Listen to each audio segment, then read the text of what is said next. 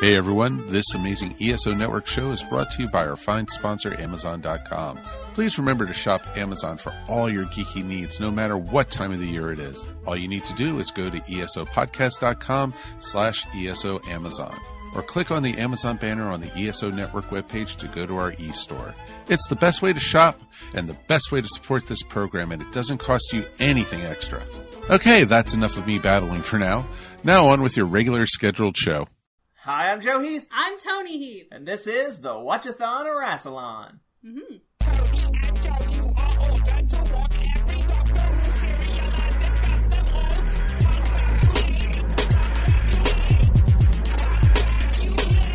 Watch-A-Thon of Rassilon.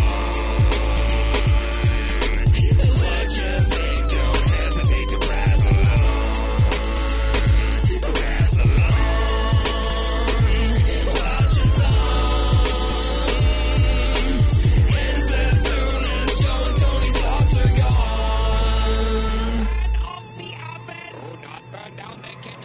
Today we're going to be talking about the 5th serial of the 8th season of Doctor Who.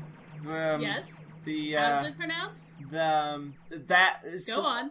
The Dæmons, the Demons, the Diamonds, the Diamonds. Okay, it's definitely not the Dæmons. The Diamonds? That's definitely not... Hand over the diamonds! That's definitely not on the table as a possible pronunciation. The Matty Dæmons? To be fair, the serial doesn't seem to agree with itself. It's not committed, no. Yeah, some people say Dæmons, some people say demons. And some people say Diamonds. No one says that. I do. Shine bright like a diamond. It consists of 5 episodes that aired from May 22nd, 1971 to June 19th, 1971. And I'd like to give a special shout out to Matt Golden. Hey, thanks, Matt. Thank you for getting us these episodes. You can follow him on Tumblr at mgoldentumbles.tumblr.com. And hey, can we get a live one? Joe Facts! Yeah! As evidenced by that live one, we have a special guest. It's Christopher, middle name Jerry. Oh man, that was a good one. I feel like there's not much Joe Facts left in the Joe Facts. And also, part of the Joe Facts is the fact that Matt Golden gave you the episode. I mean, I guess that's technically a fact. So the point is that whenever my voice comes on and says, Joe Facts, I'm always surprised. I'm always like, oh, I guess those were the Joe Facts. Just the Joe Facts, man. How are you doing, sir? I'm doing good. How are you doing? Yeah. I'm doing fine. There was a tone in your voice as if I wasn't addressing you, when at no point was I like, hey, how are you doing, Joe? And I feel as if I was looking at the both of you. We're the collective you. I don't appreciate the, like, sort of exclusionary things that you're putting on me. I think that's fair. I take it back. Okay, Toni, since you feel excluded, you know what I think it's time for? What? Laundry update. Day. Okay, here's the thing. I put time aside of, like, I'm gonna do the laundry thing so that the next laundry update I can come back and be like, guess what? I put so much laundry away, and I did do that. For sure. I emptied out an entire laundry basket and put it all away. And then you did the laundry again. So it's full again. And I'm like really annoyed about it. You know it's like a recurring thing, right? It's not just like you put your laundry away once and you're done. Long? Life. Till I die? I am with Toni. I am so bad at the concept of maintenance. Just the fundamental concept of things that you have to do regularly and you never can stop because they're never over. And my brain hates that. It's the worst. In my brain, every activity has a beginning, a middle, and an end. And you fix things when they're broken. You change things when they need changing. And the idea of, oh, you gotta do this every week or else it breaks is foreign to me. And just my brain hates it. I feel that way about work. I'm at work and I'm like, well, this will be over soon, right? Oh, no, wait, this is just an ongoing thing. It doesn't end unless you get fired or quit. Or capitalism is overthrown. One of the three. Or I die. One of the 4. All right, so 4 options. Let me start over. Let me come in again. At this rate, when will it be over? My When? life is just a constant cycle. I think the laundry bet will be over when you have completely cleared and put away all of your laundry. Right, but once I do that, you'll just do laundry again. Yes, but once it's been cleared completely one time, the laundry bet is over, and then you can do what you want. And I'll stop bugging you about it. Question about this, though. What bearing does future master appearances have on this? I was curious about this. At what point did you guys really realize that, oh, he's in every one? This episode? This episode? Actually, okay, to be honest, it's when we accidentally started watching the second episode instead of the first episode. But it was the cereal. Because I for real kept thinking, they're gonna at least do an episode without him. But my favorite thing about that is the thought that, okay, we're gonna do a whole season where he shows up all the time, and then the big finale, no. Like, what kind of crazy upside-down structure is that? To be fair, though, I noticed that, like, Doctor Who has kind of a weird structure, season-wise. I'm not aware at all, like, when a season has, like, began and ended. That's fair. I noticed that it was a thing, especially, like, in 1 and 2, where, like, the thing that would feel like the season finale would be the second-to-last serial. The second-to-last serial would be the one where the big the companion would leave, or, like, the Doctor would change or something, and there would be a one serial setting up the status quo for next season. Like, what was it? Like, Dalek Invasion of Earth was, like, second episode of the season, I want to say? And that's, like, Susan leaving. The Chase was, like, mid-season. Evil of the Daleks, it was the first finale that actually felt like a finale. And then the War Games really felt like a finale. Question. Do you think he's gonna be in the next one? Because, again, I feel like after a while, once he shows up in Claws of Axos, you're like, okay, he's gonna be in every one. That's the thing that we're doing. See, I feel like they're probably gonna take a break from him next serial. I've been wrong so far. That's what I thought. This is how I'm in my current situation, so... I think this was a one-season thing where he's in every episode. I don't think they can do it every serial. If he was just in every serial of the Third Doctor from, like, on, that would be not tenable. But he has just been arrested. That's a new situation. That's a new dynamic. He could be fucking Hannibal Lectering it next season. I think he's not going to be in it. I think he's gonna be in it till I die like laundry. So, what are the stakes? If I'm right, stays as is. If Toni's right, then I will have to put away her laundry. I will take over that. That's just the same bed again. That's true. I mean, yeah, it's a continuation of the bet, frankly. Its question is, basically, that's what I was saying, is does the bet continue forever, like laundry? It doesn't matter, because there's never going to be a point where I am done putting away the laundry. It's terrible. No, I agree. It's awful. You know what the worst part is? When you go and do laundry, you're wearing clothes. Oh my god, I hate it. You're wearing laundry. Maybe you are. I just do it nude. Yeah, the ultimate is being able to do laundry completely naked. Yeah, but you don't want to Then accidentally... for at least that day, you're like, I'm done. You don't accidentally want to get bleach on your dick, though. What? I feel like that would be bad. First of all, you've never used bleach in your life. That's true.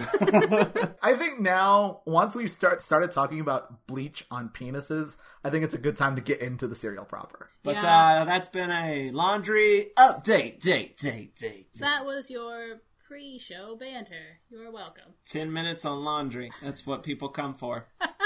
All right, so let's talk about the Dæmons episode. You're saying diamonds. You know that, right? Yeah, Okay. He's saying diamonds. the Dæmons, right? The demons. The demons. I feel like the alien race that is in this serial is the Dæmons from planet Dæmons. However, the role that they serve on Earth, the sort of superstitious cultural thing, is demon. I feel good about that. This serial, in a lot of ways, is about semantics. It's about a lot of things. Where does the Dæmons fit into this? They don't.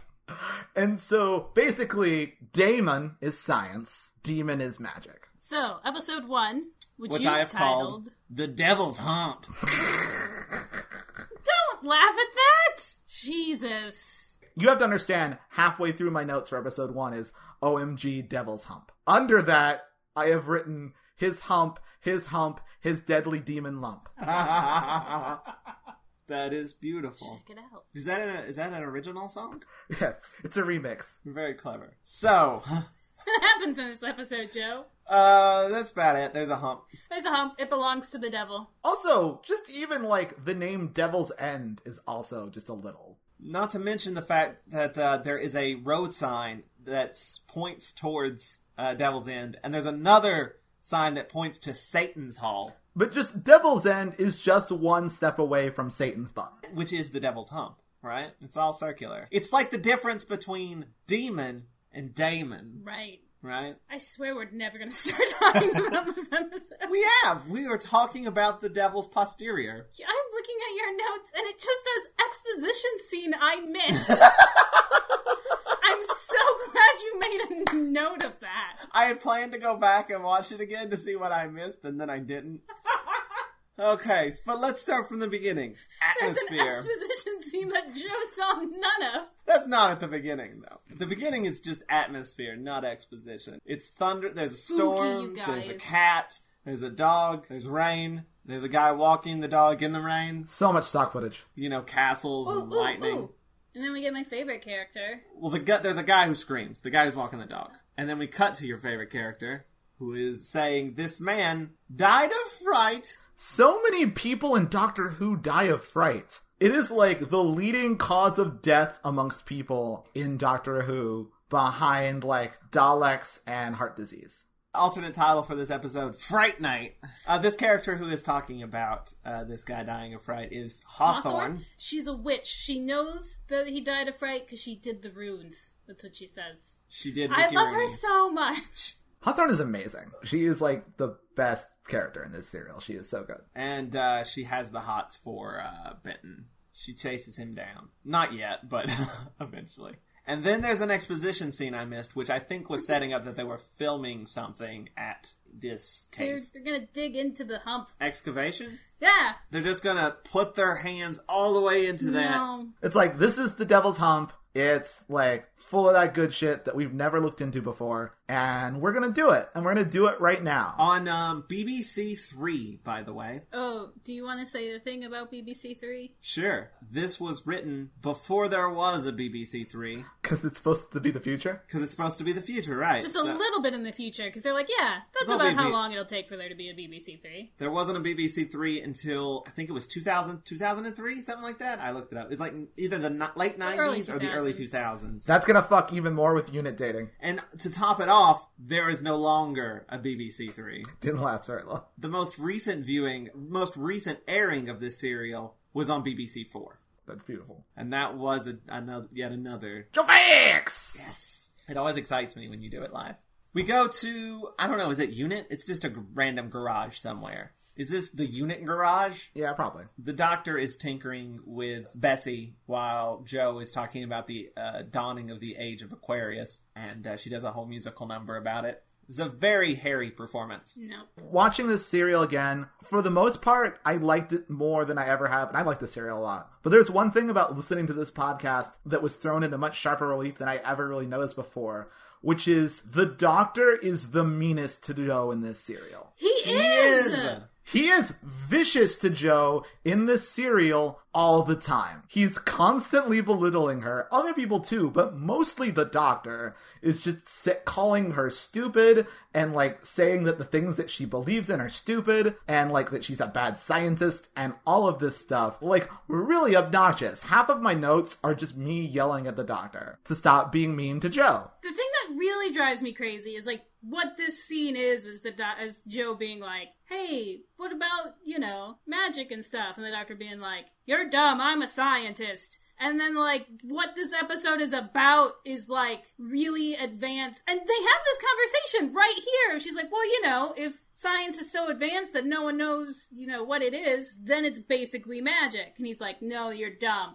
And then this whole episode is about a fucking alien race who's so advanced that their science is basically magic. And the doctor's like, yeah, because it's science. And I was like, what? You're just being a dick about this exact same thing. It's almost an arc. Like, he has a line at the end that makes it seem like he's learned something. It's not quite there. It's like I said earlier, so much of this serial is an argument over semantics about what to call things in a way that kind of doesn't matter. There's a point later on where the doctor and Hawthorne are just like, literally just yell at each other, science, magic, It's like ridiculous. And like so much of it is just like a debate on what we call things. It's kind of silly that we call these things different things, and we can have different names for things, and the same thing can mean different things in different cultural contexts. But to prove his point, he makes Bessie drive by itself with a remote control. He sort of like talks to Bessie too. How dare you go gallivanting off like that? And then he goes, ha, ha. And I'm like, uh-oh, do we have a sidekick car coming up? But no, yeah, he pulls out a remote control. I was watching again, you can see him slide the remote control into his pocket. Ooh, really? Mm-hmm. Nice. And then he explains it to both Joe and Yates. They're really trying to make Yates a thing now. The show really is trying to make Yates a thing. I think they're trying to make Yates and Joe a thing. I don't know if I like it. I don't remember how much Yates and Joe is a thing. They're definitely trying to make Yates a thing. I think they're trying to make Yates the sort of Ian. Can I be honest? I can't tell Yates and Benton apart. I almost actually just said Yates and Bates. I can't tell Yates and Bates apart. Ben's a little older. Yeah, Ben's older. He's got a rounder face. If there's a unit soldier on my screen and I'm like, oh, hey, it's Benton. And if it's a unit soldier that's on my screen, I'm like, oh, okay, it's Yates. Got it, okay. Because it's not that I can't tell them apart. It's that once they're in the story, I can't remember which one is which. Like, I can't hold them in my head, sort of thing. If they're both on screen at the same time, I'm like, that's clearly two different people. But if one of them's on screen, I'm like, that's one of the unit guys. They don't serve distinct enough story functions. And neither of their personalities are distinct enough that they have, like, sort of defining characteristics that you need to know them as distinct people. I would say Benton's more puppy doggish, and Yates is more inexperienced. Okay. But he's also a little more headstrong. Again, he's kind of... brasher. Yates is the brash young David, and Benton's just cute. Where are we at? Right at the very fucking beginning, Joe. They're filming this excavation, and Unit is watching it on TV. And again, I just want to point out, they have so many phones. Why do they have so many phones? Because it's the future. Can't they have, like, multiple lines? Can't Not they that just far like, in the future. let me put you on hold in line 2. Did that not exist? They just have to have extra phones? You know how, like, in the White House there's a special phone that's the red phone? No, I've never been. I think that they thought that, like, in the future, we would take that concept and run with it. And they weren't totally wrong. Like, we all have our own personal phone now. Everyone, like, has a phone that applies to them and only them. They just never caught, like, the portability thing. So, what they're watching is this guy, the guy who's digging into the cave. His name is Horner, and he's amazing. I really like him. He just does not give a shit about anybody or anything. He's like digging into it, and he's like, this is the something or other, and they're like, do you care to elaborate on that? And he just goes, nope, and continues digging. The reporter keeps trying to, like, give him to, like, for the viewers, and he's like, I don't care. Let me explain what he just said. Nope, there's treasure in here. That's all you need to know. Don't worry about it. But the thing is that, like, he still kind of gives a shit. Like, the weird thing is that, like, he knows what he's doing is really cool, but, like, doesn't want there to be any pomp and circumstance about it. He's like your weird uncle that's like, hey, want to see a dead rabbit? Wait, I'm sorry. Come around back. I'm gonna shoot you a rabbit. I feel like I need details on your uncle, because you just set forth a situation that I think you thought was pretty universal. And No, I I have get to it. say that it was not. No, Joe gets it. Maybe it's a Southern thing. It must be. I think it is.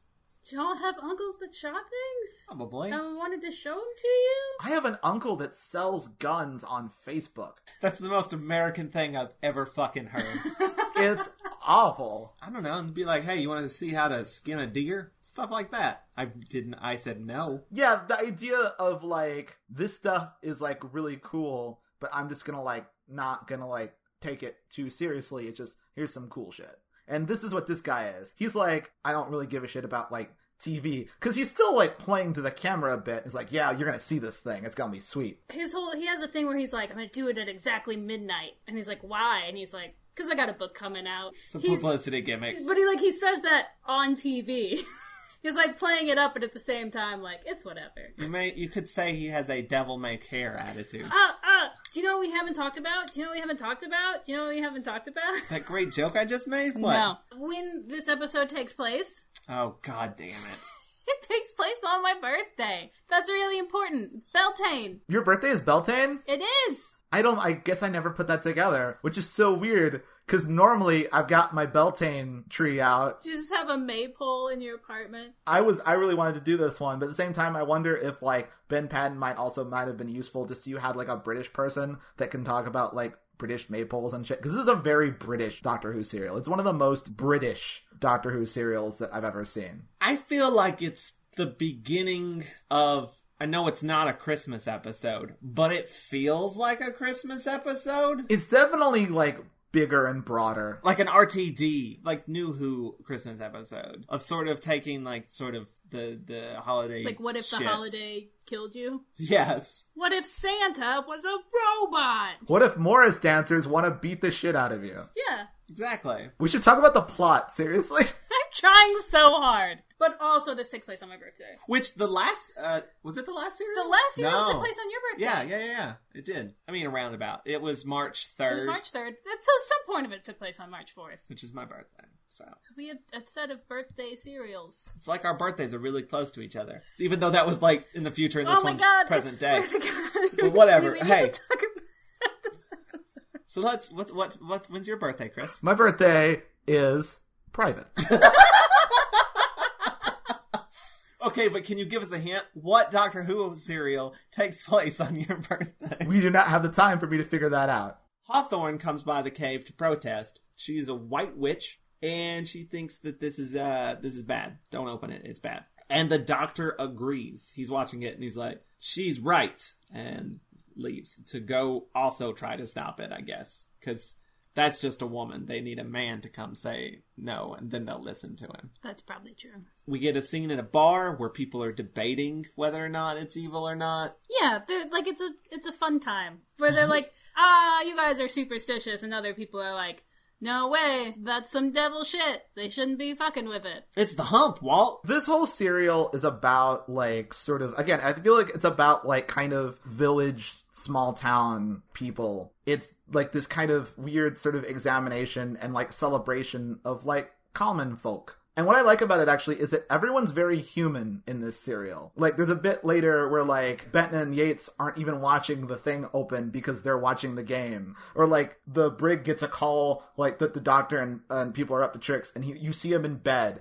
Everyone's very human in this serial. It never lets you forget that people are people who have, like, feelings and have to sleep. Or, you know, have weird superstitions and things like that. And that's kind of what I really like about it. Wait, I have a question though. Where did the brig go? He leaves, and he's wearing something very fancy, He's going and to I some missed... sort of fancy event. And like the next time you see him, he is in bed, and I was like, "What happened? Where did?" I think he went to like a party or something. That was the impression I got. I missed it and was like, "I don't know, but I like his sweet outfit." He went to the opera. It's Okay. not overall important. This next scene is really cool. I'm now thinking back on it, and I don't understand it at all. So the witch is going home or something, and she gets attacked by the wind, and Oh, she calms it down. then like this policeman is like possessed and is like got a rock and is gonna bash her over the head with it, but she says some magic words and it stops, and he puts the rock down. It's like, oh, I feel very confused about what happened. The Master is trying to stop her. Was that the Master? Yeah, that's what the Master does. Yeah, throughout the serial, the Master is, like, calling on fucking demon powers to do shit. Like, yeah, no, he's, like, all up to tricks. Okay, so It's all up the to wind tricks. in the possession was him. Yes, no, he controls the wind. We see him do it very explicitly later. Including a little bit later, when one of my favorite, like, fucking, like, cartoon shit that happens in this serial is when the wind, like, blows the fucking road sign. Yes, that's what happens next, yeah. Yeah, Joe and the Doctor lost. You should never design a road sign that can be so easily just flipped around. It reminds me of that Vine we just watched where the sign guy is, like, spinning For Quiznos? for Quiznos, and he's spinning the sign, and then the person filming it's just like, I don't know where the Quiznos is. I don't even know where the Quiznos is. I think that's the sign that says Satan Hall on it as well. Yes. But Hawthorne goes to see the vicar. Oh, she wants to specifically see the one who was mysteriously disappeared. But since she can't see him, she'll settle for the new vicar, who, surprise, surprise... Guys, you'll never guess who it is. The Magister! It's the Master. Some pretty classy specs, too. He pulls that look off. He looks good. There's this very sort of British thing. This serial wouldn't make sense in America because, like, the idea of just, like, a witch going up to, like, the local, like, church and being like, hi, I'm a witch. I want to talk to the head of your, like, little church here because we got to fight some evil. That's such a British idea. It's this weird sort of mix of, like, Protestantism and Christianity and, like, sort of Celtic religion. And that's like May Day and Maypoles and all that shit. It's this weird kind of mix of paganism and Christianity that kind of just exists here. Yeah, because I did think that scene was odd. You know, I just accepted in it. The Catholic Church. I just accepted it. I don't know what that says about me. Catholicism, if you're like a witch, you're probably going to hell. So, I mean, I don't think that. I have friends who are witches. Like, I always thought this was a really goofy serial, but you could write, like, a whole fucking term paper about all this sort of, like, religion and cultural shit that's happening in this. There's a lot of themes in it. So, the master tries to hypnotize Hawthorne. But she's too badass. She's too magic. It doesn't work, so he sends his lackey to follow her. Is this the scene where she's like, if you don't, like, show me him, I shall be forced to use violence? Yes. Yes. And that's great. Just the way that she says it is amazing. I like her a lot. She's fun. So the doctor is super lost. Joe has been looking at the map upside down. Okay, so not only is the doctor mean to her, but I feel like the writers are as well, this serial. She is not written incredibly well, this serial. There's a good handful of times where I'm like, that's dumb. She has been written way more stupid than she's ever been written. This bugged me, and there's another bit towards the end, which I'll just go ahead and say. There's a bit where it's like, basically the doctor's like, you saved the day. And then she just goes, did I? With like this, I don't know, it's the worst line reading ever. Like, she seems like a little kid, and it's just like gross and weird, and I don't like it. It is, yeah. Like, she's not written great in this serial at all. And it seems like it's just there to justify all of these, like, dudes calling her dumb. And it's gross. So the doctor goes to that bar we mentioned earlier to get directions. And there's a guy there that just, like, compliments the doctor on his wig. And he assumes he's in a costume, and the doctor is so offended. And to be fair, like, it's awful he's being mean to Joe, but he's being mean to everyone here. He is, like, being so mean to all of these people. He's coming in, he's demanding directions, and, like, he's getting offended and haughty, just, like, really annoyed that everyone isn't automatically doing what he says. He barely thanks the guy who gives him directions. Yeah, Joe has to be like, hey, I'm here and I'm nice. Sorry about him. But there was a guy at the bar who slipped away and warned the master that the doctor is a-coming. And the master's like, well, don't have time for that. Got to put on a nice, cool-looking outfit and do some ritual shit. It's a pretty sweet outfit. It's a really good outfit. And he's doing some rituals, which he just basically throwing this thing in a pot that makes it go psh, like flame up. Which they love. They love that effect. They do it like 9 times. It's magic. And he starts saying some magic words, which is Mary Had a Little Lamb backwards. And then somebody else's name backwards. I don't know who that guy was, though. Apparently, it was originally going to be the Lord's Prayer backwards, but that was vetoed. You might actually summon some shit if you did that. And then Bessie meets the #1 deterrent to Doctor Who vehicles, a fallen tree. Why does that happen so much? I feel like it happens a lot in Doctor Who. People are traveling around and like, oh no, a tree. We'll have to move that tree instead of driving somewhere else. But the Bessie stopped by the tree, so they just get out and run. Like, the doctor runs, and then Joe, like, falls? And I don't know if it was intentional. I don't think so. The doctor doesn't care, though. But, like, I wasn't sure if the point was to separate them, or if it was just Katie Manning fell on that take, and we're like, oh, well. Like, because it looked real. It was a good fall if it was fake. But yeah, the doctor does not even... I don't even think he, like, turns around and acknowledges her. He just keeps booking it. No, he just goes. Because I wasn't sure if the point was to get the doctor into this, like, cave and keep her out of it. It could be. But, I mean, he was running so far ahead of her anyway that you didn't even need the fall. But maybe it was just, like, happy accident, literally. Horner is, like, scraping the rock and pulling in the stone. And the doctor gets there in time to go, don't! And then it opens. Wind comes out. The master is very pleased by this. There's a statue that moves. It's a statue with its tongue sticking out. Which, it didn't have to be that way. It really didn't. Let's acknowledge really quickly that there was no reason that this statue had to have its tongue sticking out. And yet it does. It's more evil that way. But I feel like it's more silly that way. For, like, a large amount of this serial, this is your main monster. Oh, it's also very small. Honestly, the pose that it's sitting in before it becomes, spoiler, it comes alive, is like adorable. It's got like it's got its hands on it under its chin and it's sticking its tongue at you. It's like a fucking like painting of a cherub. Is it like a high school or like a grade school photo? Not the most threatening thing. That's the end. Yeah. We made it through one whole episode. There's a cave in, though. The cave falls on top of Horner and The Doctor. So that's in episode 1. We're now into episode 2, which I've called The Frozen Ox. We see, I think it's like Yates and Benton watching the game, and they switch to the thing. They're like, oh, it must have happened. And they just see the disaster. They see Joe run up to the Doctor and freak out, which, like, what? And then the BBC cuts away, like, way too late. What the fuck, BBC? You just, like, broadcast someone die, and then someone else arrive and mourn them. Like, the Doctor got better, but they didn't know that was gonna happen. It's the head of BBC 3, though, and everyone knows that guy's fictional. Yeah, that's fair. But yeah, it is pretty fucked up, though. Like, they just see the briefest clip of just pure chaos, and then, like, we'll be right back.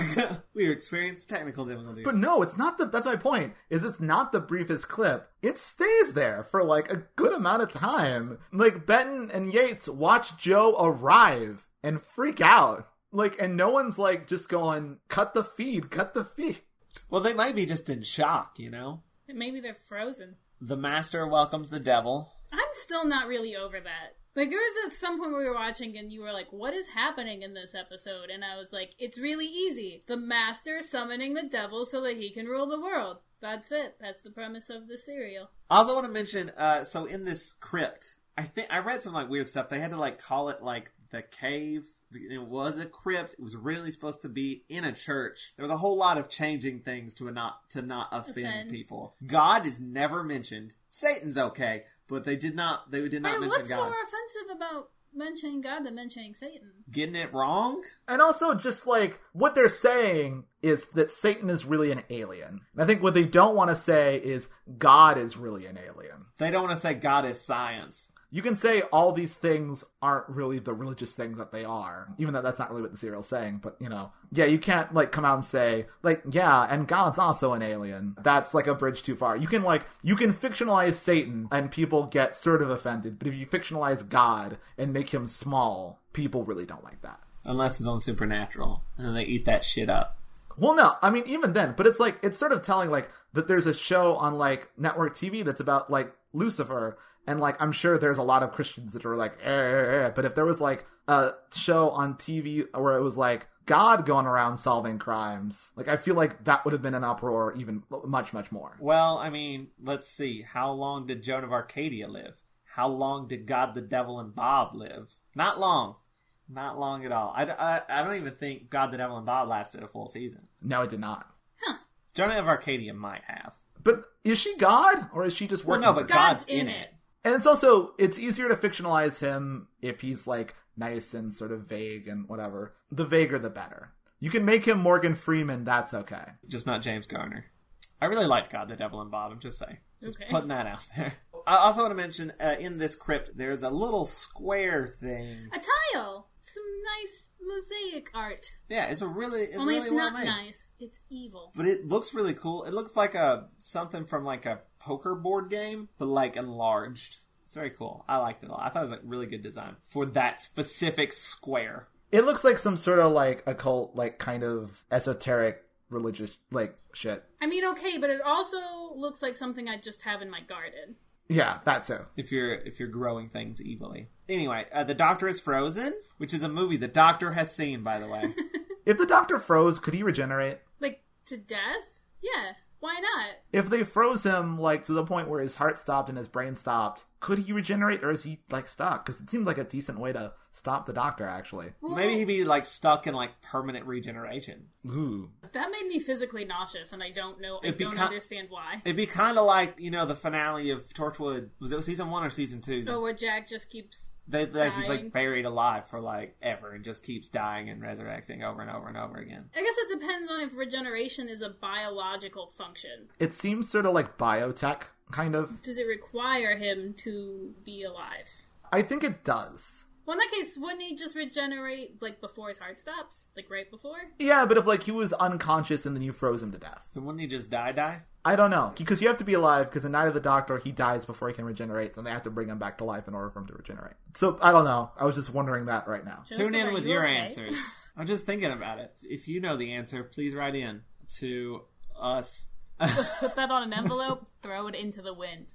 It'll find me. Say a prayer, send it on its way. There's a thing about Doctor Who, is that I really get frustrated with Doctor Who when it knocks the Doctor out. Half, or if not most of the reason I'm watching the show is to watch the Doctor run around and do shit, and he's like the one that moves the plot forward a lot of the time. And so like lots of times when they've knocked the Doctor out, it means like things have to be put on hold for a while, and it kind of like stops the momentum. So like any story where the Doctor's out or unconscious for a significant amount of time, I always find really frustrating. What about the Christmas invasion? Hate it. The only problem I have with it is once he's woken up and just hits that random button on the side of the ship. That's the only problem I have with it. Yeah, that's a terrible thing. But no, like, I like the last 15 minutes of it when the Doctor's awake, but everything else is like, I don't care.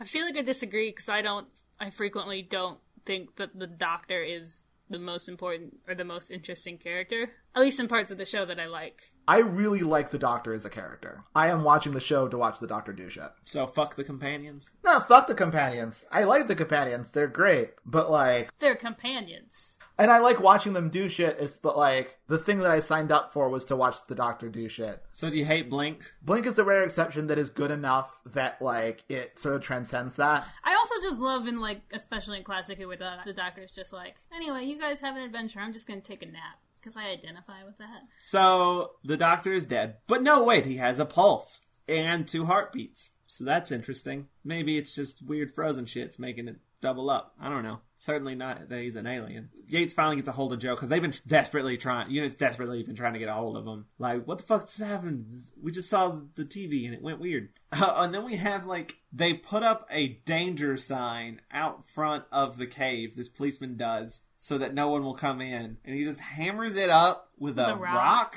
They couldn't give the man a hammer? He made do. He's there all night. And then we cut to the next day. I don't know why we did this. I don't know why it couldn't have happened all at once. But something gigantic starts moving towards the policeman. And then when we get Benton and Yates flying in a helicopter, looking down at giant hoof prints. They're so big. I don't know if it was just like the version that I was watching was like low quality, but that was surprisingly effective. It was. Here's the problem I have with it. They land and they go to check them out close up, and they are way smaller. They are way smaller, but like the original effect is cool. It's like, but yeah. The scale is off. But like when they're flying up, it's like huge. They're fucking huge. And then when you get down to the ground, they're just huge. It's like one of those shots from Godzilla, from like a Godzilla movie before Godzilla shows up. When everyone's like, oh man, Godzilla was here. From above, it's like one of those, it would be like that Godzilla movie where they're standing inside of the paw print and they don't realize it, or the footprint. But then when they land and they get next to it, it's just like the size of a dude. They do say it would be 30 feet tall. And then they're like, well, we need to go. And Benton is like, for breakfast? And Yates is like, to see Joe and the Doctor, you asshole. No, He's I'm like, with oh, him. all right, yeah. They're like hobbits. See, that's why I like Benton. He's got his priorities. That's my thing, is that, like, again, in this serial, everyone's really human and has very kind of, like, yes, big plot shits are happening, but, like, Benton wants breakfast. Breakfast is the most important meal of the day, you guys. They land next to the hotel/bar or whatever it is that the Doctor is in. Which the helicopter says G Unit, and then they just, like, stroll out, and then they look really badass. It's pretty cool. It's like a music video. I like the unit just has helicopters that they can send out all willy-nilly. Well, it's the Briggs helicopter. Oh yeah, he gets really upset that they took it. That's when the phone call with Brig in the bed happens. He gets caught up. That's a great scene. There's a lot of scenes, like, especially with the Brig, but with other people too, where every once in a while, it's someone just summing up the plot in a way that to acknowledge, this is some crazy shit that's happening. It's just the Brig like, and so this happened, and they did this? They took my helicopter? For those listening, Chris has pretended to hold a telephone to his face. That was important. So Yates goes to meet Joe while Benton goes to follow the hoof prints. Benton hears a call for help, and he runs into the church, I think? Yep. And finds Hawthorne inside a box. Coffin. Was it a coffin? I thought it was just a box. I felt like it was a coffin. I think it was just a box. All right. Why would there be a coffin? Spooky. Benton lets her out, and she's immediately like, hey, what's up, Benton? Want some of this? Wink. I don't think so. I think so. They see the guy, I guess, that put her in the box, and they go to hide from him by going further into the church, into the area where the, rituals happen. Down in the spooky basement. And they get caught, and Benton has to fight the guy. And it's a pretty good fight scene. Benton's doing all right, but then he walks over the square thing on the floor and starts freaking the fuck out. And that was terrifying. It legitimately upset me. I was like, oh my god, this is scary. Yeah, it looked very painful. That was some good acting on his part. I was like, oh shit, please get him off of there. It was, I didn't like it. That was very effective. My notes from here on out make no sense to me. It says, there's a light and wind. Lackey shoots a gun, disappears, and a tree is on fire. I don't remember what happens, but apparently it's weird. They're doing a ritual at this point, right? They've got, all the cult members in the basement. Well, no, because that's where Benton and Hawthorne are. Yeah, but these are the results of the ritual. Basically, magic is happening. And earthquakes and shit. Because they're trying to summon them. Which is why the tree catches on fire. The doctor wakes up. And says, Eureka! Which is the second time he said Eureka.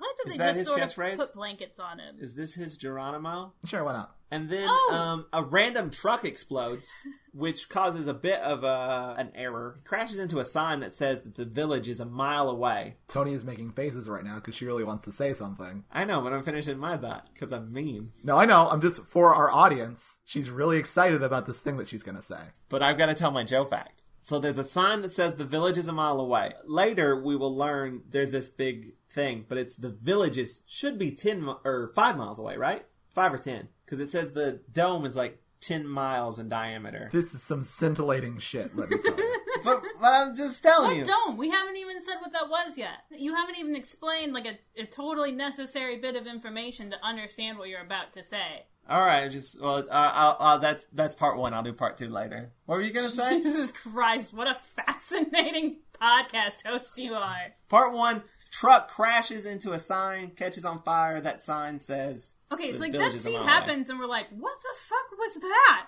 Why did that truck just explode? But the reason for it's the best reason, there's a heat barrier just in a circle around where all the plot stuff is happening. There is a heat dome. Which is apparently 10 miles. Yes. And it's centered around the church in the village. Yes. So that have to be more than a mile. So the sign was wrong. The sign was wrong. Fascinating fact that I'm so glad you shared with us. Thank you. Joe facts. Okay.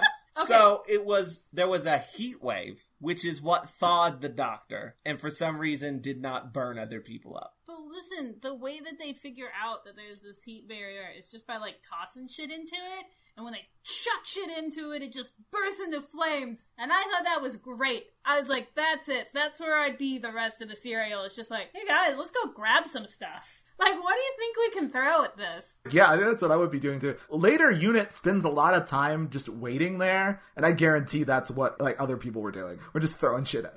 Everyone sort of gets reunited. Or the Unit people are inside the dome. And the doctor and Hawthorne and all that. And the doctor has this theory that he won't talk about. He's like, I know what's going on. They're like, what's going on? He's like, I'm not gonna say.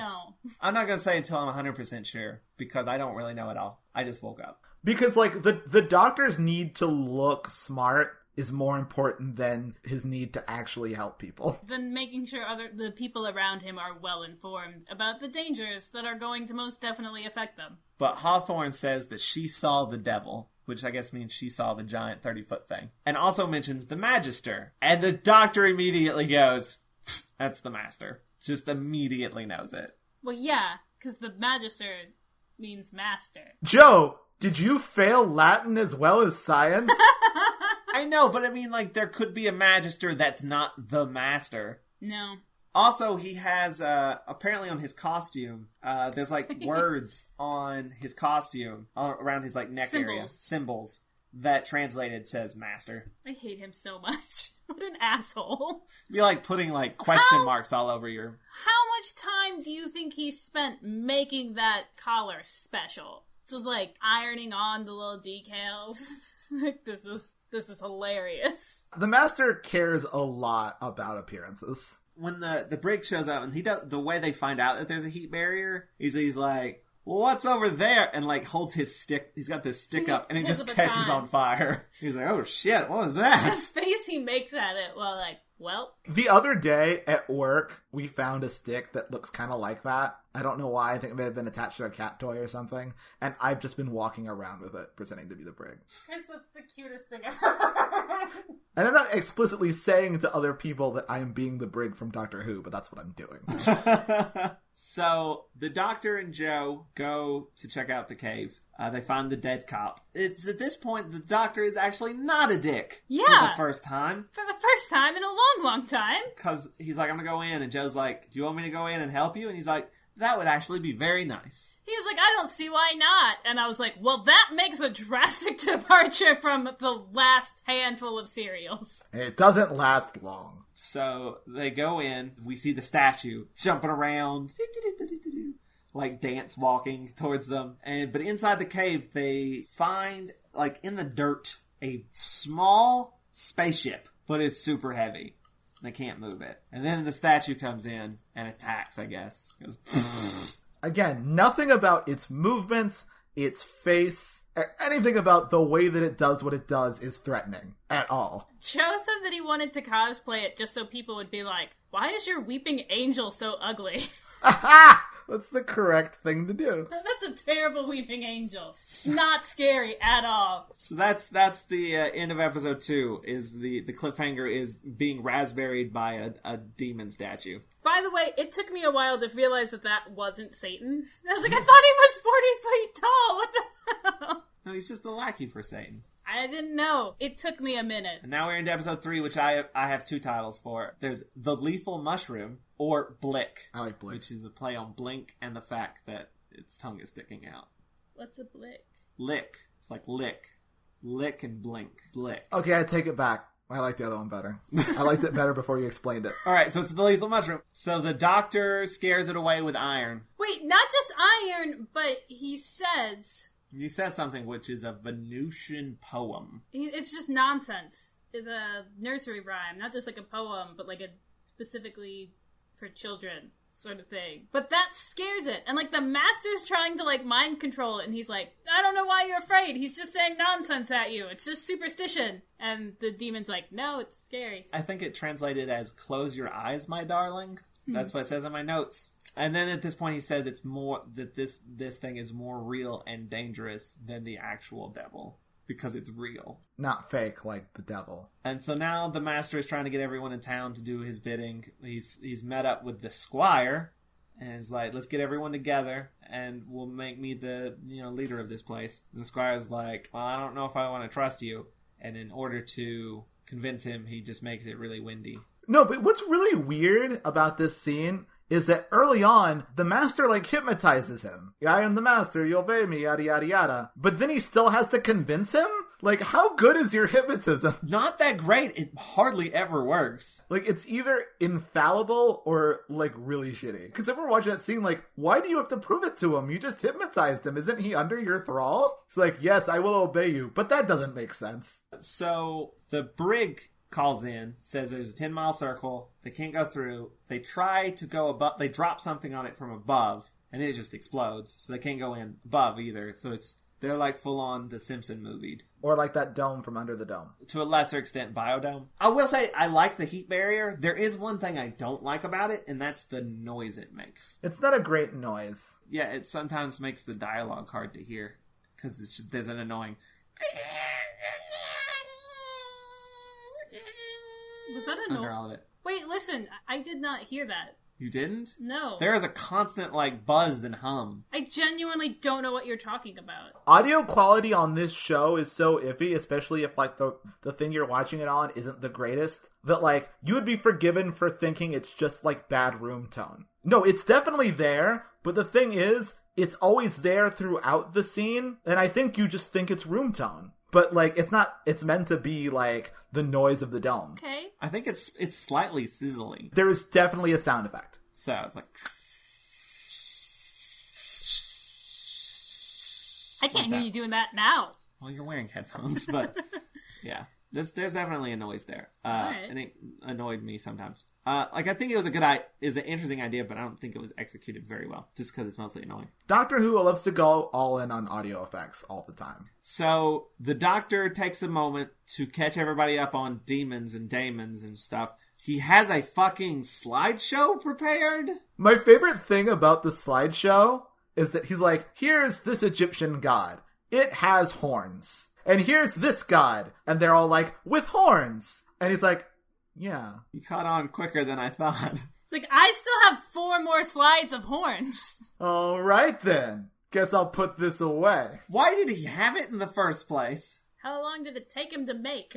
A lot of time. Where did he get it from? He's trapped in a fucking dome. Was this stuff inside the dome? Did he bring it knowing that this might happen? Maybe the witch had it. Maybe Hawthorne had it. This is also the scene where magic, science, magic, duck season, rabbit season happens. And it's amazing. And also where we, for the first time, hear that they are daemons from the planet Dæmons, which the Doctor apparently knows about. And he says that they're not actually evil. They're scientists. They're scientists experimenting with people. For aliens that aren't evil, their whole system of existence is pretty explicitly evil. Also, he explains why the ship shrunk, which was science. Yeah, science. Science is magic. There was some sort of like expulsion of energy thing, and then that means the ship had to be small. I don't remember. It didn't make a lot of sense. Because, like, they made the ship small, and that basically its mass turned into energy, and that's why, and it made things hot. That's why there's the heat barrier? Apparently. He's also a dick when he's explaining it. They're like, what the fuck are you talking about? And he's like, I'm talking about E equals MC square, you dumbass! God damn! There is literally a bit where he's like, it's as simple as Einstein's theory of relativity, you dumb shit. I'm like,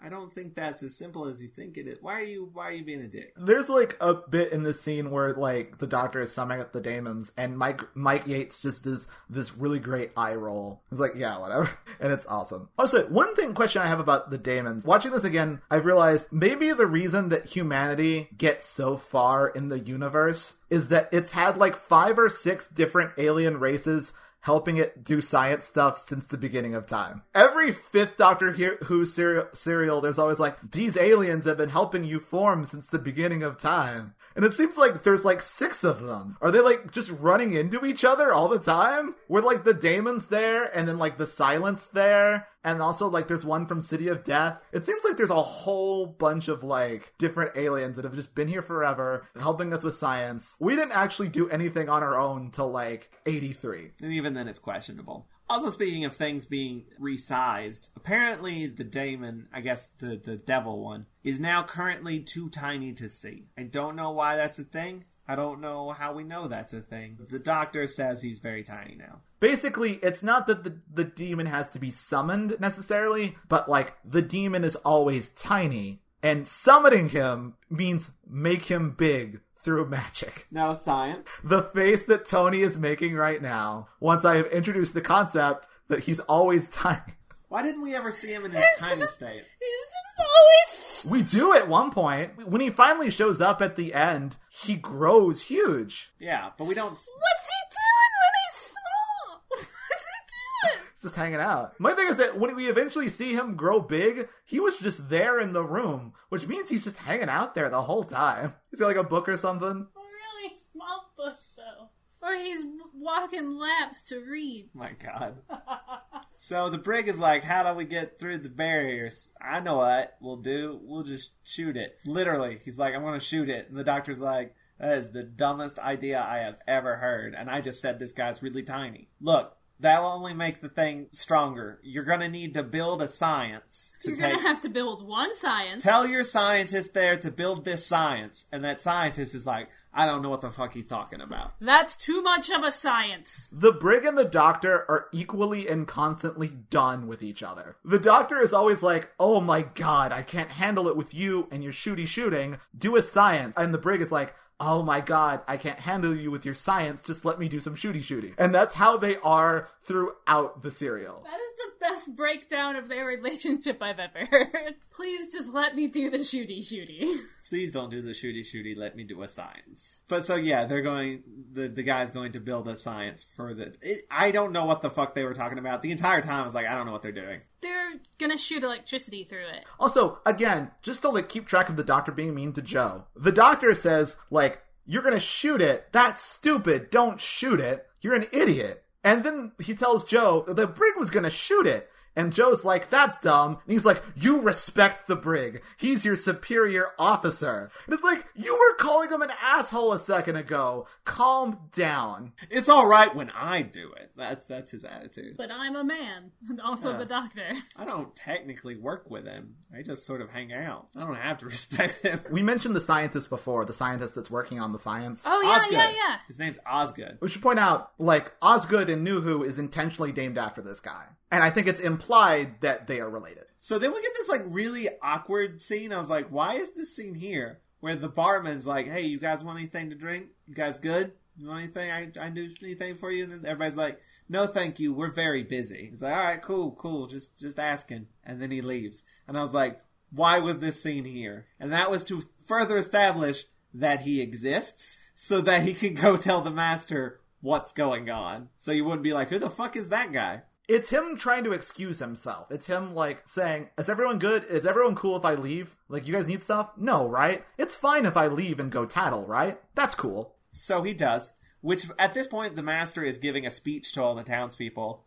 Trying to get them on his side by telling them all of their sins. Yeah, that's a great way to motivate people. It's like, hey, here's all your secrets. Anyway, come follow me. So yeah, that only works if you tell them your secrets and don't tell everyone else. Yeah, that is called blackmail. You're doing it wrong. And then he takes it a step further and is like, so join with me and I'll rule over all of you. And they're like, what? No. And he's like, hey, I'm better than all of you, so let me do it. And then they just leave.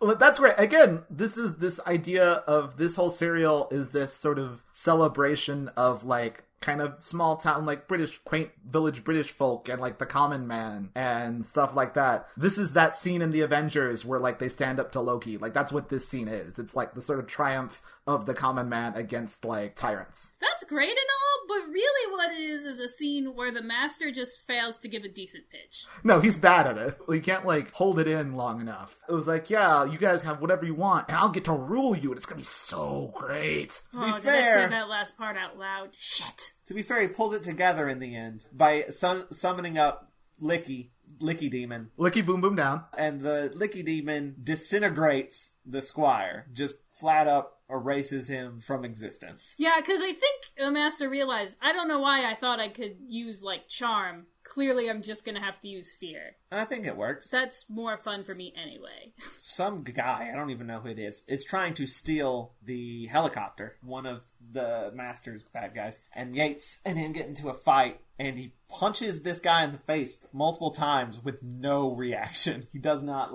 move or blink or anything. So he takes the helicopter. And then we get a very good chase scene. Yates is following him on his motorcycle. And the Doctor is driving around in Bessie. And the helicopter's swooping in at Bessie. And there's a lot of driving around and flying around. It's really cool. It's very well shot. Episode 3 was when I really started paying attention to how well directed this serial is. If you go back and look at it, it's really well shot. That chase scene is great, but if you just look, all of the frames in the serial are really good. There's a lot of really good images in this serial. All the blocking is really good. There's lots of great shots of, the way that the director is using depth. It's really good to, have all these different people on these different planes and, arranging images. It's really well lit. Shut up. It's really hard to frame things well in 4:3 so that it looks pretty. But, it's really good at that. All the shots of, the Master in his getup in the fucking church are so well lit. When eventually, after the helicopter chase, when, the Doctor and the brig finally meet and they're on either side of this fucking heat barrier, it's an amazing shot. Yeah, it's just a burnt trail. Exactly, and it's just it's bisecting the screen, and it's just a really cool shot. There's a bit later where they're hiding, Joe, and I think it's Yates or someone is just hiding behind this wheel of spikes, and it's just the light is hitting their faces. This serial is kind of gorgeous. I mean, for Doctor Who. So how they got out of the chase scene, they're headed straight for the barrier. The Doctor just turns his wheel really quick to not hit the barrier, flings Joe out of the car, and the helicopter crashes into the barrier and explodes. It's at this point that I'd like to remind you that is the Briggs helicopter. I'm pretty sure at this point you're like, what kind of budget did they have? They're just exploding a helicopter. It's the season finale. That's not why. That's not why. It was an outtake from a James Bond film. They just had that clip ready. I mean, yeah, you gotta have it. But it works. The Doctor shouts like, Joe, hold on. And like, Joe doesn't hold on and falls out. Because the script thinks that she's dumb. And, like, I have expected the Doctor to be like, oh, you idiot! Why didn't you hold on? Then the Doctor takes Yates' bike because Yates takes the car with Joe back to the Doctor. And also because he looks cooler on a bike. You were so excited. No, there's this great shot. Again, the lighting. He's, like, backlit by, like, the sun, and it's, like, magic hour, and he, like, goes off into the distance in his fucking motorcycle, and it's pretty badass looking. Joe starts having a freak out, much akin to Bill Filer in Claws of Axos. Must not distribute. But the Master is doing another ritual. There's another earthquake. Something giant starts threatening the Master, and the Master is, like, falling backwards and like, don't hurt me. The cliffhanger is the Master in peril. I'm pretty sure this is the only time that has ever happened. It's not the only time the Master has been in peril because of a stupid thing he did. That's pretty standard. But it's not usually the cliffhanger. That's the thing that's like, oh, how's he going to get out of this one next week? He's the bad guy. So that's the end of episode 3. We are now into episode 4, which I've called Mayday. Ooh, ooh, ooh. Do you know what Mayday is? The 1st of May. Tell us about Mayday. Wait. Mayday. I know what it is. It's a cry for help, right? It's my birthday. Your birthday is a cry for help? Yes. Wait, do you have info on Mayday, or did you just want to say that? I just got excited because I remembered that it was my birthday. I meant to research Mayday more before the podcast, and then I didn't. Yeah, what's Mayday about? Summer. It's about, like, I mean, it's summer, it's a fertility festival, it's pre-Christian, I think it's Celtic. I think it's Gaelic, right? Yeah, or maybe it's Gaelic. It might be Gaelic. It's about fucking? You said fertility. Yeah, it's about fucking. The 1st of May's always been about fucking. I mean, spring is about fertility, that's why, like, Easter stole all the rabbits and eggs, that's all fertility stuff. And also, there's a pole with ribbons. I don't know. Like the ribbons are cum? What?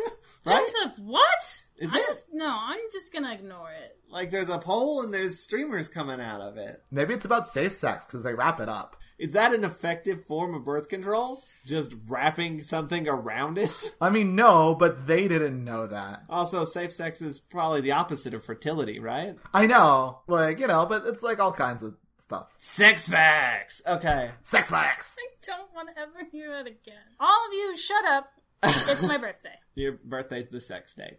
Got it. The Master tries to ward off this thing coming towards him. Meanwhile, Joe wakes up and it's like she wants to get to the cavern, so she sneaks out through the bedroom window, climbs down on a conveniently placed ladder. And meanwhile, the Doctor is still having a chat with the scientist, Osgood. And he says the thing. He's like, you have to reverse the polarity. Osgood's like, what the fuck are you talking about? I'm pretty sure he never says reverse the polarity of the neutron flow. I don't think that's a thing that's ever actually said. I think that's a beam me up, Scotty. But this is as close as we get. None of what they're talking about makes any sense to me. I just they're sciencing and move on. No, it's all fucking technobabble. Then the Brig comes out and is like, just do what the Doctor says. He knows what he's doing. And Osgood's like, all right, fine. And then he turns to the Doctor and he goes, do you know what you're doing? And the Doctor goes, can't wait to find out. It was delightful. And then we get our first glimpse, other than hoof prints, of the giant devil, which Tony's like, is that a giant ostrich? We just see the back of his calves. They do look a lot like bird feet. That's a really cool shot. It's kind of hampered by the not great green screen. Do you mean color separation overlay? We don't say green screen here. I was purposefully avoiding. Oh wait, I'm sorry. I'm saying CSO now, aren't I? Because CSO stands for color separation overlay. It's a little bit hampered by the CSO, but just the framing, which stands for color separation overlay. Like the Master, in the center of the frame, kind of between it's a really well composed frame. It looks like all those 80s movies posters where there's a bunch of dudes between the legs of some beach lady, but just with a little bit of The Exorcist. It's like the beach party version of The Exorcist. I now want to make a movie called Beach Party Exorcist. Anyway, the devil wants to talk to the doctor because because the master keeps saying, I'm like the smartest, coolest person around. I deserve to rule these people. And the devil's like, actually, there's another one of you guys here. Maybe I should talk to him. Maybe he'll be better. Actually, no, he doesn't say that. He says, maybe there's another one of you two here, and I can talk to him. He talks like a pro wrestler. He's got this real big sort of like booming thing, and he says something about failure that just sounds ridiculous. And it's like, it's all like one step away from like, I'm gonna take you down in the ring so bad, you're not gonna be able to sleep for 3 weeks. It kind of kills the idea that this is a massively intelligent scientist. Scientists can be like wrestlers, can't they? I mean, they can. You're saying all wrestlers are dumb? Is that what you're saying? I'm saying that they're known for their brawn. Fair enough. So the master talks them out of it. Is like, just trust me, and does the devil horns at one point. He does them a lot in the serial. It's great. And then the devil guy's like, all right, fair, but beware me. Remember Atlantis. He takes credit for sinking Atlantis. Is this like the second of 3 times? I think so. Yeah, there's a lot of different versions of Atlantis in Doctor Who. Also, this entire scene is the devil yelling at the master. We never see the devil. We see that opening shot between the legs, and the rest is just holding on the master's face. The same reaction shot of him just standing there looking for like 10 minutes. The master's not really doing a whole lot, just listening. I mean, it's a good shot. But it goes on too long. And I turned to Toni at the end of it and went, no cuts! Amazing. Yates goes to try and find Joe because she's ran off. Can't find her. And then she just falls out of a bush, passed out. But then she's fine in like the next shot. So I don't know exactly what's happening there. The doctor leaves Osgood and he's like, do the thing. And he's like, this is really difficult. And that's when he says it's as easy as Einstein's theory of relativity, and drives off. And the brig just goes, some days I wish I was just a banker. It's a great line. It's the most Brig thing ever. It's like... If he was a banker, he wouldn't get to do the shooty-shooty. But he also just wouldn't know the doctor. So that's probably a fair trade-off. Do you think there's an AU fic somewhere where the brig is a banker? I hope so. There almost certainly is. I'm going to Google it as soon as we're done here. So Joe has sneaked into the evil lair. Yates finds her and says, be careful, there are traps here. And then sets one off, which is just confetti. Again, he calls her an idiot. Like, she goes in because she's taking initiative and, like, trying to find the truth. It's like, I have to go in and find out what's going on. And he just says, Joe, you're being an idiot, or something along those lines. And then he's like, there's traps here. I'm sure she knows there's, it's just like, everyone is shitting on Joe so much in this serial. But to be fair, there were confetti traps. I mean, there were. So, but then they hear someone coming. And there are multiple pillars here to hide behind. Solid, wall-like pillars. And they hide behind the only thing that is see-through. There's a giant wheel with spokes that they hide, I'm doing air quotes, behind.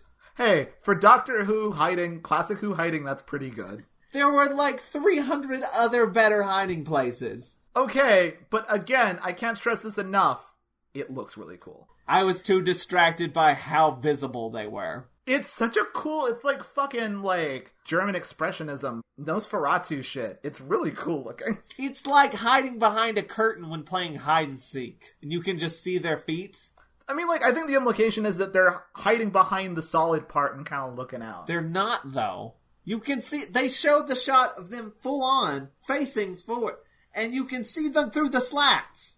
Yeah, Joe, I think what you're really missing out on is that it looks neat. I don't care if it looks neat. That's like Michael Bay's entire, like, directing style. I don't give a shit if it makes sense. It looks pretty. Doesn't mean I like it. Like, again, for classic Who hiding, this is pretty good. The thing that bothers me more than that is that Joe is like, oh my god, they're here! It's like, they are not that far from you. Yeah. Shut up. They are also loud.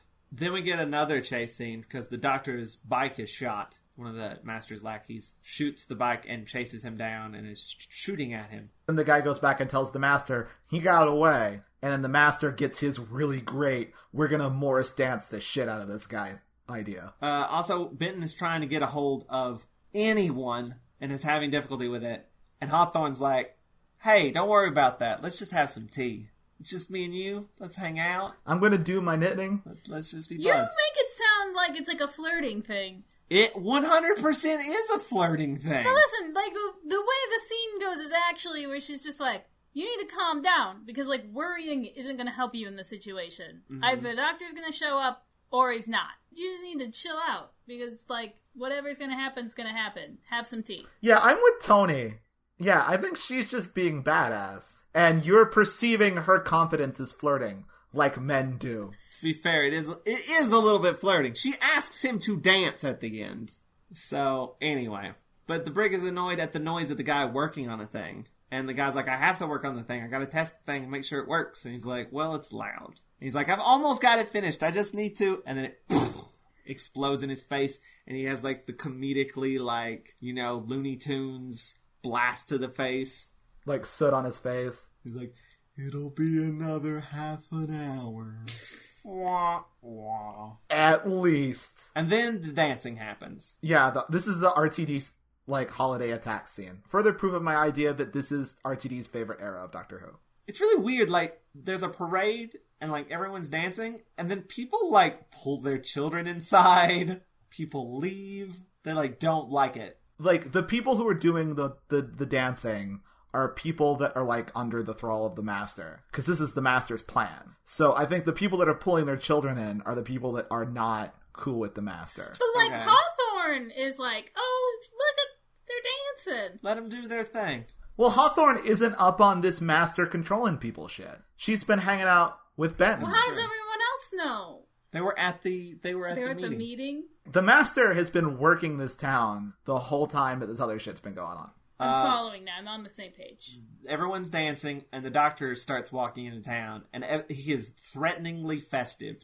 They're dancing around him. He's like, what? I can't. Can you move? I can't move. Stop. And do they hit him? Yeah, they've got No. sticks. Yeah, they start beating the shit out of him with the sticks. They get him by the throat with the sticks and drag him to the maypole. And then they just start tying him to the pole, walking around and around. Yes. And start calling him a witch. Which, again, there's this whole sort of, like, thing about the interplay between Christianity and sort of, like, this more kind of earlier pagan stuff. Before the Master, it's kind of more harmonious, and now the Master is, like, stirring up discontent, and, like, now they're sort of in conflict. There's something really weirdly interesting about the Doctor being burned on a maypole as a witch. Also, Benton gets a fight scene with one of the bad guys as well. The bad guy just starts beating Benton with it. And then Hawthorne is a badass and smacks him over the head with a crystal ball. It's just in her bag, and she just takes her bag and smacks him over the head with the bag, and then pulls the crystal ball out of the bag, like... Don't leave home without it. And then she goes to help the Doctor and says he is the great wizard Quee-Quad. This is a fun scene. It's a great scene. Hawthorne reminds me of, like, Terry Pratchett's witches. Yeah, and again, it's that sort of, like, down-to-earth, kind of very British, very, like, common sense attitude. But she's like, he's the great Quee-Quad. With his mind, he'll make that lamp explode. And then it explodes. We see that it's Benton doing it with his gun. And then there's a whole thing about shooting a cock. But basically, he's like, I'll make that thing explode, and then that thing explode, and it's just Benton shooting everything. Then he's like, now I'll make my car move. And Benton's like, I just got a gun. They cut to him, and he's just like, he pulls his gun down like, I don't know what I'm supposed to do for this one. Well, it's like this, not the Master, it's like the head guy of this thing, sort of making sure everyone stays in check. Which he is in, I guess it's a Mayday thing that I don't know anything about, but... No, yeah, that's the traditional, in Morris Dancing, there's a guy that's dressed like that. It's amazing. Morris Dancing is some weird, goofy shit. I'm trying to describe it in case you are like me and you don't know anything about it. He's just got newspaper. It's like a chicken outfit made out of newspaper. That's pretty accurate. But without a chicken head. It's a without top chicken. hat. It's just a top hat. Also made out of newspaper, I believe. And so he's like being threatening and like fighting, and it's a little bit hard to take him seriously because he's just the goofiest out of anyone. To be fair, for a Doctor Who outfit, that's actually kind of standard. Like, he's not more or less threatening than, like, the demon statue. Okay, fair enough. At least he's not sticking his tongue out. But the Doctor's like, you should look behind you. And he's like, I'm not falling for that. I'm not an idiot. And then sort of gets very slowly ran over by Bessie. So slowly. Very important, there's one thing you didn't set up. When the Doctor makes Bessie come to him, he tells people that his elemental is driving the car to him. Yes, that's important for a reason. So it runs this guy over, Ben is like letting the doctor go, and he's like, "Doctor, how did you make that car move by itself?" And he says, "It's elemental, my dear Benton." No. The doctor is a huge fucking dork. Meanwhile, in the ritual layer, the master is going to sacrifice a chicken. Joe is a vegan and is upset by this. She's like, "You can't sacrifice this chicken," and runs out of hiding. To be honest, when we get to this scene and he pulls up the knife and you see he's got a chicken in his hands, and then in the next cuts he's pulling up the knife, I'm like, no! What? Toni, we fucking eat chickens all the time. I know.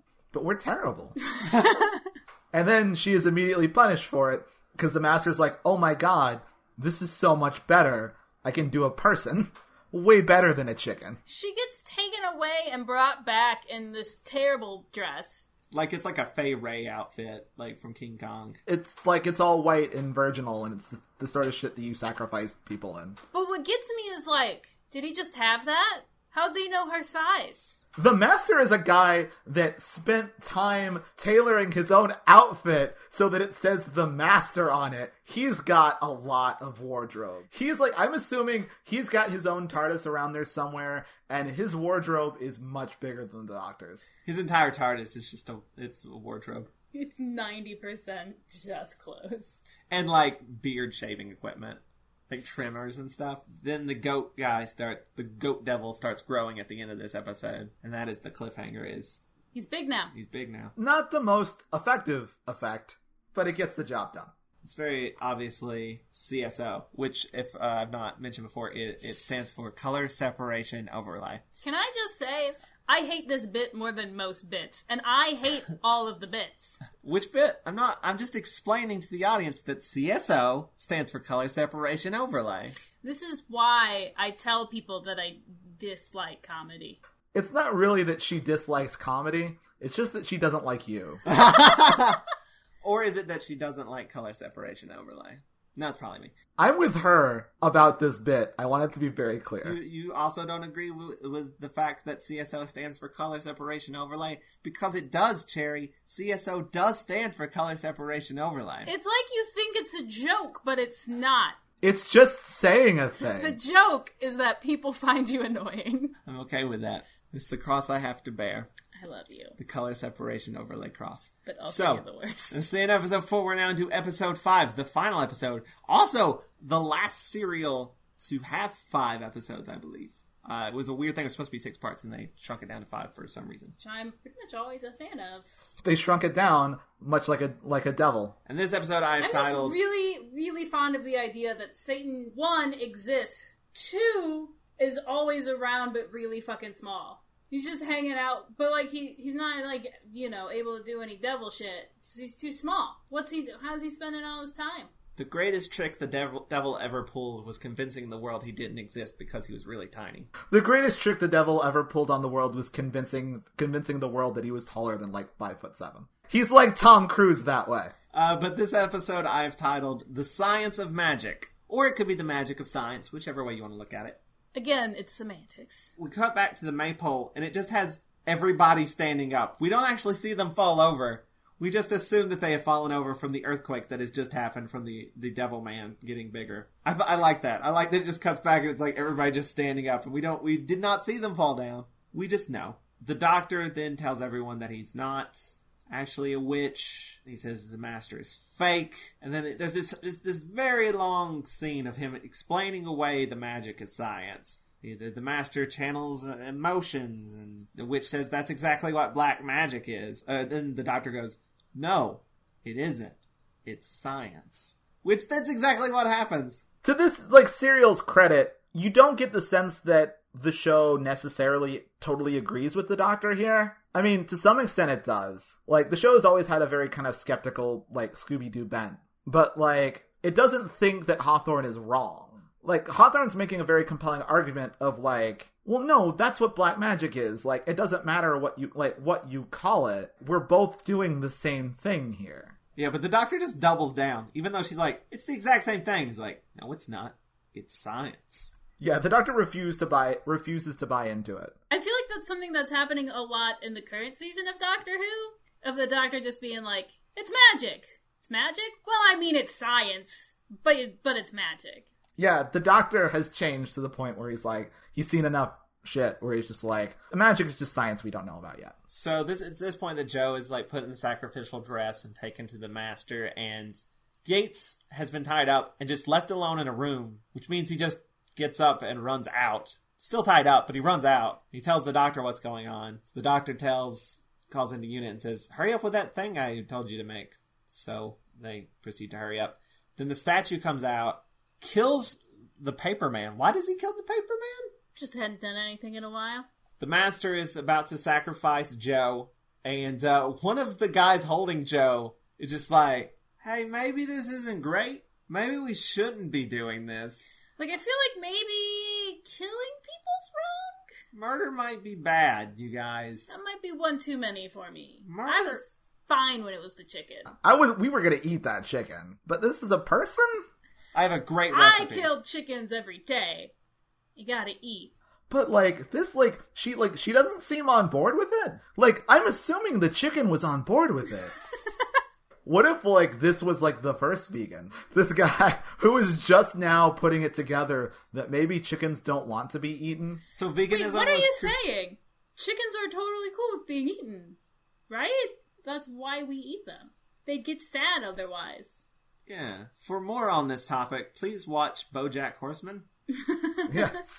They finally get the divide machine thing working, and they make a tunnel through the heat barrier. Unit does. And it's actually a pretty cool effect. Yeah. Yeah, I like that effect. That's good. And then once that tunnel appears, Goat Man starts... Why do you call him Goat Man when he's just the devil? Azal. He'll make fools of us all. The Azal starts screaming, and then the statue outside stumbles around a bit and very dizzy. Because apparently busting a hole in this barrier is fucking him up a bit. So the Doctor's like, I gotta go in and take care of this right away. I can't wait around for Unit. The statue tries to follow him and shoot him, but is very dizzy, so... He's dizzy. The Doctor takes the opportunity to get past the statue. The Doctor goes in and meets the Master and sees what's going on. And then some flirting happens. A little bit. Some flirting with him and the Doctor? The only flirting that matters. You think that's flirting, but you don't think Hawthorne's flirting with Benton. Okay. I mean, I stand by that. The brig arrives, and then in a continuing theme of throwing rocks and then exploding, Yates throws a rock and the statue explodes it. Shoots his little hand beam at it. And that's when Briggs says his line. Yeah, chap with the wings there. 5 rounds rapid. So 5 rounds rapid is a thing. It's a really famous line that he says, and people remember that line. Nick Courtney actually titled his autobiography 5 rounds rapid. So it's not a line that gets said more than once? It's just that people like that line? No, I think he just said it once, but people remember that line. That moment kind of does sum up the brig. He's just like, hey, it's a weird creature. Let's shoot it. Also, was it his daughter or whatever? I don't know in New Who. Did she say it? She says it at some point. I think it's the Zygon inversion or something. Yeah, in the Zygon inversion, yeah. That line almost got cut. The guy who wrote the script, he cut it out of the script. And then when they were filming, they're like, no, put that shit back in. That's just good. It's a good line. Yeah. It almost didn't exist. But, it doesn't work. So the Doctor talks to Azal and convinces him to release Joe. And he does. Then the Doctor's like, all right, cool. Can you, leave now? Because the machine that caused the tunnel through the barrier exploded. It, overloaded. He's like, I got another one of those, and I can really mess you up. The Devil's like, lies! I know there's not. And, starts killing the Doctor. Yeah, doing a kill. But then, I don't remember what happens, but they stop. Then he gets tired and he stops doing a kill. Then there's more talking. Unit, meanwhile, is progressed from a gun to they're like, go get the bazooka. Which they do use the bazooka on it. It explodes and then reverse back into a statue. It does explode kind of spectacularly though. I remember being very pleased. Hell yeah, they exploded the shit out of that. Yeah, it's a very satisfying explosion. Because for a moment, it almost plays like that scene in Buffy where they blow up the judge. But then, it all comes back together T-1000 style. And it's almost intimidating. Almost. But the Devil's like, this experiment with people has come to an end. The Doctor compares the Master to Hitler and Genghis Khan. Which, like, come on, Doctor. Have you ever heard of Godwin's Law? He just again reiterates, please, just leave humanity alone. Just leave. You say you've done all this thing for humanity, but all you've done is given them bad shit. The Devil's like, alright, I am going to pass on my power, that's what the Master's been asking for this whole time, is the power. But he's like, I'm not giving it to the Master, I'm giving it to the Doctor. And the Doctor's like, what the fuck? No. Have you been listening to me? I do not want that. No, thank you. And I think at this point the Master's, like, really annoyed. Like, I've done all this work to get this thing. You've just been handed it, and you don't even want it. What the shit? I don't want that responsibility. At which point, the Satan's like, well, I have to give my power to somebody. Or destroy everything. Yeah, it seems like a rule that I don't know if was firmly established. Because he's like, well, yeah, but the rules say someone has to take the power, or I gotta blow everything up. Those are the options. Yeah, because I think that's what he told everyone back home on Dæmons. Either I'm gonna hand over my power, or someone's gonna blow up. So he's like, I guess I'll just give it to the Master. He decides to kill the Doctor, but Joe steps in and defeats the devil with love. She saved the day with love. I don't understand. It doesn't make sense. He turns pink and he's like, no, does not compute. Ah! Basically, what they've tried to do is the old computer doesn't understand love because it seems irrational. But he's not a computer. He's literally like saying that doesn't compute. It doesn't fit the data. Like, he's not like a computer. He's a scientist. Like, I get that he's supposed to be like the scientist, even though it's really downplayed. Because, like, yeah, the Doctor later is like, he wasn't expecting such an irrational act or whatever. Why does that make him pink? It doesn't make sense. Wouldn't he just go, that's weird. Kill her, then kill the Doctor? I mean, yes. No, because she defeated Satan with love. Yeah. And when you defeat Satan with love, he turns pink and then explodes. That's just the way the world works, and everyone knows that. This makes about as much sense as the resolution to the Monks trilogy. Oh, man. It's about the same. I would actually argue Joe makes a very, not, strategic choice. She saves the Doctor because the Doctor saves the world a lot. Because, frankly, the Doctor has done nothing to deserve Joe's love in this serial. There's no reason why Joe should, be fucking with any of these people. Because everyone has been calling her an idiot the entire time. Frankly, she's too good for the entire show. But her plan works. Her brief moment of trying to save the Doctor. The statue turns into a statue again, and they tap it on the head. Then the church explodes. The whole church. Everyone runs out and the church explodes, which apparently was so realistic that the BBC got complaints for having blown up a church. That's great. And they're like, is a model, you guys. Benton captures the Master, and then there's another explosion, which is apparently the ship. Just everything explodes, you guys. The tiny ship from the cave exploded. And then, while the Benton is looking away, the Master throws his cape over Benton and runs away. And, it works? Benton just falls to the ground. He doesn't even, just stand there and, pull the cape off. He falls to the ground. It's just a cape. I think units like birds like that. He just falls asleep. Boom, he's out. He's like, oh my god, it's night now. That's why they don't hide anywhere. Good. Because if they did, they'd just go to They sleep. fall asleep. But he tries to get away in Bessie, but of course the Doctor has the remote. And he gets very angry when they start shooting at the Master. It's like, no, don't shoot. You'll damage Bessie. I've got a better plan, you idiots. Science. They do. They arrest the Master and he gets taken away and driven through the center of town where everyone is booing him. Which is kind of satisfying. But it lasts a long time. I just imagined him, flipping everyone off as he drove through. Fuck all y'alls! I, at this point, was just really relieved. Because, I didn't realize it. But the Master's been making me so tired. I'm like, thank God. They've got him. Because, someone needs to stop him for his own good, even. He's making me do so much laundry. But then the birds come back. And Hawthorne's very pleased and happy. And then that's when she's like, hey, Benton, you want to go for a dance? Wink, wink, nudge, nudge. All right, you're right. This scene does happen. This scene is very flirty. Thank you. And then Joe goes to dance with the Doctor. And then it's just Yates and Brigg. And then he's like, so, Brigg, wink. You want to dance? And he's like, I just want to go get drunk. And he does. He walks off in the direction towards the pub. And then the doctor says something along the lines of, like, maybe there is magic after all. And everyone dances around the maypole. There's something really delightful about this ending. To, like, when it was over, I was like, yeah! Magic! It's Mayday! Yeah! I don't know why, but I immediately thought of the ending of that Parks and Rec episode where they put on the fair.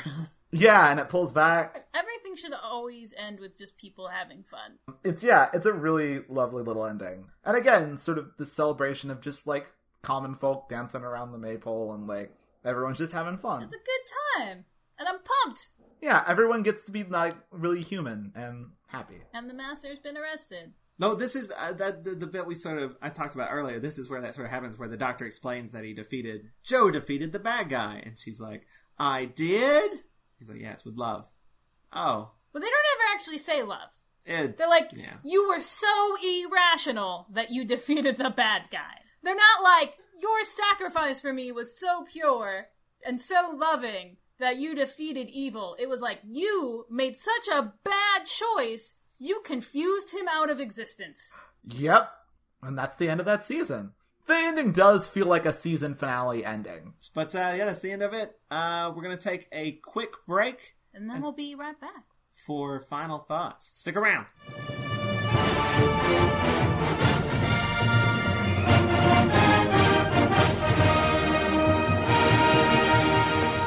I'm Drew Leiter. And I'm Cleus Jacobs. We're here to tell you about our podcast, The Earth Station, DCU. Join us every week as we discuss the DC Universe. We talk everything DC, including comics, television, the cinematic universe, and so much more. We look forward to bringing you some great reviews and discussions. And don't forget, read more comics.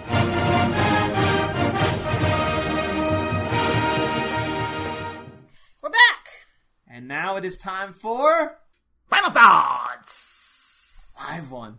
I really like the serial a lot. Like, watching this serial again this time, this is maybe like the third or fourth time I've seen it. I always thought it was like a really fun serial, but like, again, this time, like, other than just everyone hating Joe, like, being mean to Joe, which I did not care for. Like, I was just really struck by, like, again, there's all these, like, interesting themes happening in it, and, like, it's so well shot. It's a very successful, like, serial, and it's really funny, and it's, like, got a lot of interesting action stuff, and it's just really cool. I like it a lot. The Third Doctor era is, like, an era that I, like, watch less often. When you guys asked me which ones that I wanted to do, I kind of just picked the best ones. The ones that I remember is, like, being the best, and, like, the ones that were sort of regarded as, like, Inferno. I think Inferno and the Dæmons are, like, probably the most highly regarded 3 serials. Yeah, it's all downhill from here, baby. Well, the Dæmons is one of them that when you said it was next, I was like, oh, I've heard of that one before. And a lot of the episode, like, you'll say an episode title and I'll be like, great, I know nothing about that.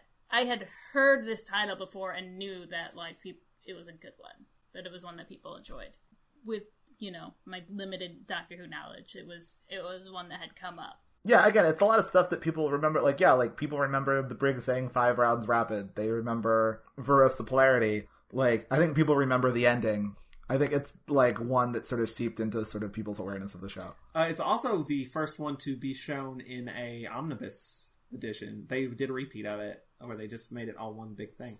This is, like, way before PBS and everything. It's like, they just did... And that had, like, the higher ratings than when they originally aired it. Oh, really? Just full of Joe facts. Yeah. Joe facts! So, things about this episode. It takes place on my birthday. God damn it. This is my birthday episode, which is great, because it's a great episode. I get to claim a really good one. I had Colony in Space. Jesus. Yeah, mine's way better. I really, really can't get over the fact that, like, this is just a serial about the Master summoning the devil. That's what it's about. That's what we're doing here. It has all of the trappings of something where you'd expect someone summons the devil. And there's just very little... No, it's actually science. Very, very little.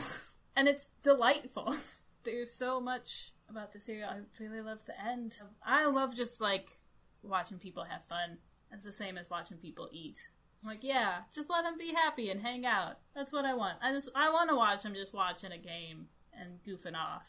Again, like I said, the serial's full of that. Full of just those little moments. And also, it's on my birthday. You made me like again about like this episode like has a very different tone than the other The Doctor Meets the Devil episode, which is like the Satan Pit and Impossible Planet, which is sort of interesting. And I forget if they mention the Dæmons in the Satan Pit. I think that they do. Like the Doctor does that thing again of like, there's always horned beasts like throughout time. Maybe it means something. It's like, I thought it meant the Dæmons. They should bring back the Dæmons and just have the goat guy be played by Matt Damon. Or Damon Wayans. Ooh.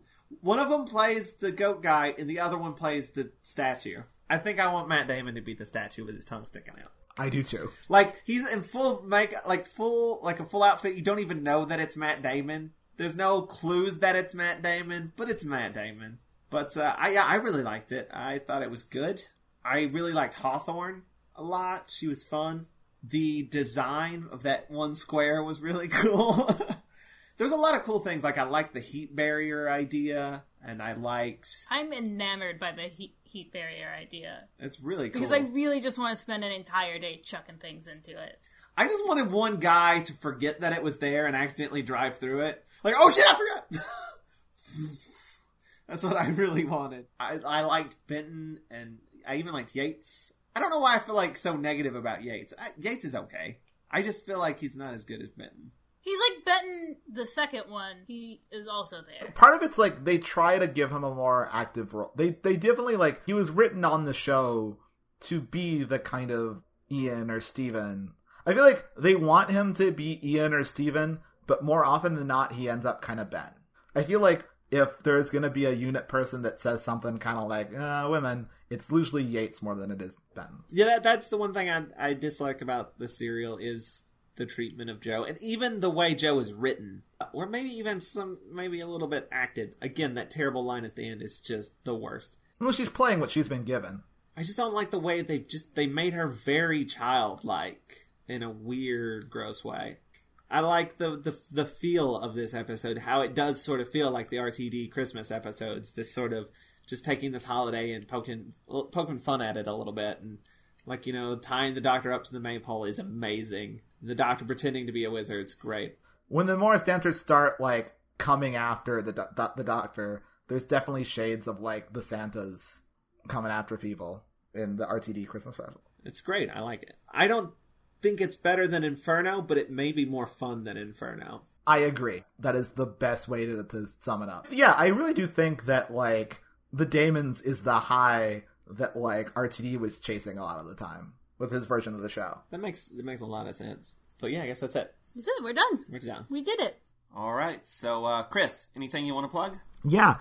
You can see my time travel web series, Relativity, at relativitywebseries.wordpress.com. You can see me in Brains at brainswebseries.com.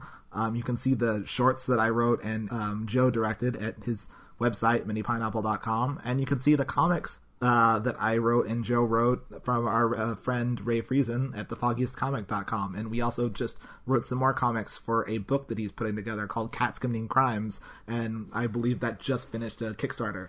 And that's going to be really great. And I'm really excited about it. And you should be too. Yeah, it actually has gotten funded. So thanks to everyone who donated. You guys are awesome. I haven't seen the finished version yet, but I am excited to see it all come together. If you like this episode, you can check out more on Watch-A-Rassilon.com and be sure to rate and comment on our iTunes. Please do. It super helps us out. And if you leave a review, we'll probably put it on our website and tell you how awesome you are. Because we love you. We do, so much. If you'd like to help us out even more, you can go to WatchARassilon.com/support, and there you'll find a link to our Patreon page, which you can get to just by going to patreon.com/Watch-A-Thon.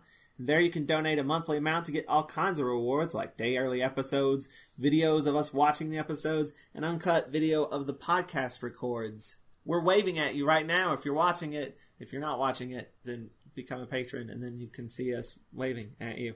Also on our support page is a link to our Amazon wish list where you can sponsor an episode of the podcast by purchasing the corresponding serial on DVD for us. We'll mention you in the podcast and put your name on our Friends of Rassilon page. Again, special thanks to Matt Golden for sponsoring this episode. Hey, thanks, Matt. You can follow him on Tumblr at mgoldentumbles.tumblr.com. And tune in next time when we talk about Day of the Daleks with Ben Padden. And it's not only the return of Ben Padden, it's the first serial with a villain from the first and second Doctor era. It's the first one. I mean, unless you count the Time Lords, but... What about the Zarbi? No, I mean, like, not in, like, a hallucination. The Daleks were in that hallucination, too. This is, like, going to be the first one with an actual, like, monster from the Black and White era. Taking 3 seasons. We'll see you then. Bye. Keep calm and wrestle on. We love you. Me too. Chris also loves you. And we love you, Chris. Aw, we do. We're a big old family. Dancing around a maple. You might show there is magic in the world after all. This has been a broadcast